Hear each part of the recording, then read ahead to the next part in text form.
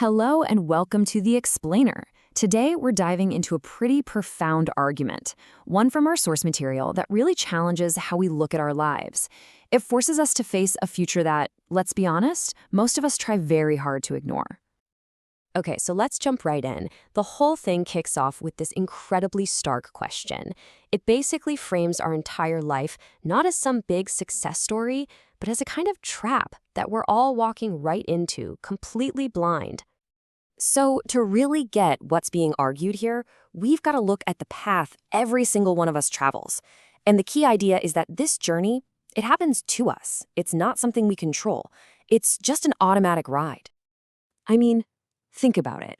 We start out as helpless little babies, right? Totally clueless. Then, without us even trying, youth just arrives. And it hands us everything on a silver platter: strength, sharp senses, a quick mind.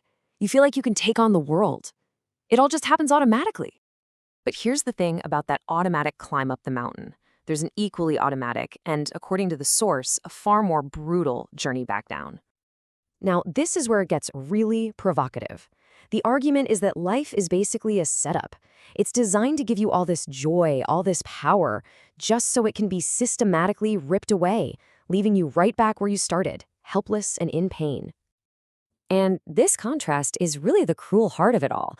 That amazing, vibrant reality of your youth, when you're strong and independent and the world is yours, it just becomes a collection of memories.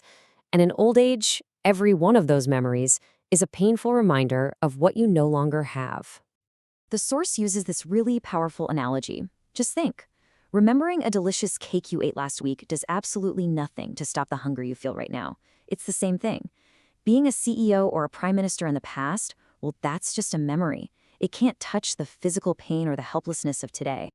So this inevitable decline, this known ending, it creates this totally bizarre contradiction in how we, as supposedly intelligent creatures, plan for the future. Just look at how we operate. We have this super detailed, decades-long plan for our kids. School at 4, years and years of education, get a good career, build wealth, all to make sure they're financially secure. And here's the kicker. We have this obsessive, meticulous plan for a possibility, the chance of financial trouble. But what is our plan for the certainty, the absolute 100% guarantee, as the source claims, of the suffering that comes with old age? So, according to this argument, just recognizing that paradox, seeing that huge, gaping hole in our life plan, that is the first crucial step to finding any kind of answer. And this sober realization actually has a name: Vairagya. Now, detachment is the common translation for Vairagya, but it's a bit more than that. It's not about being sad or pessimistic.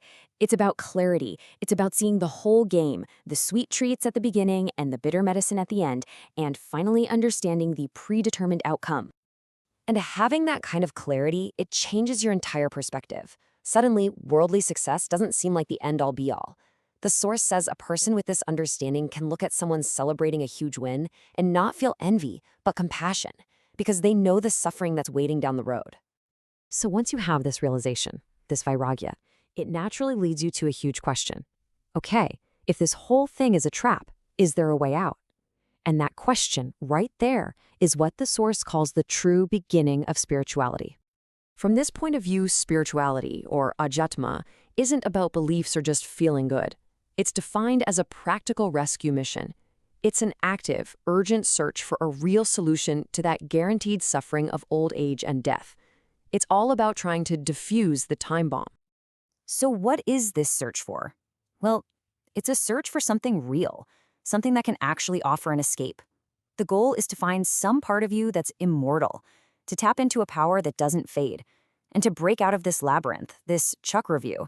It's about finding a real solution, not just a nice idea to make you feel better. And this leads to a pretty fascinating idea. The source claims that if you can actually solve the problem of the final chapter, if you can figure out the ending, well then, and only then, can you truly enjoy the rest of the story without fear. It's not a countdown to disaster anymore. It becomes a joyful adventure. So, we're left with this challenge, a question for all of us. You spend your entire life building things, a career, a family, a reputation, but what are you building to solve the most difficult and the most certain chapter of them all?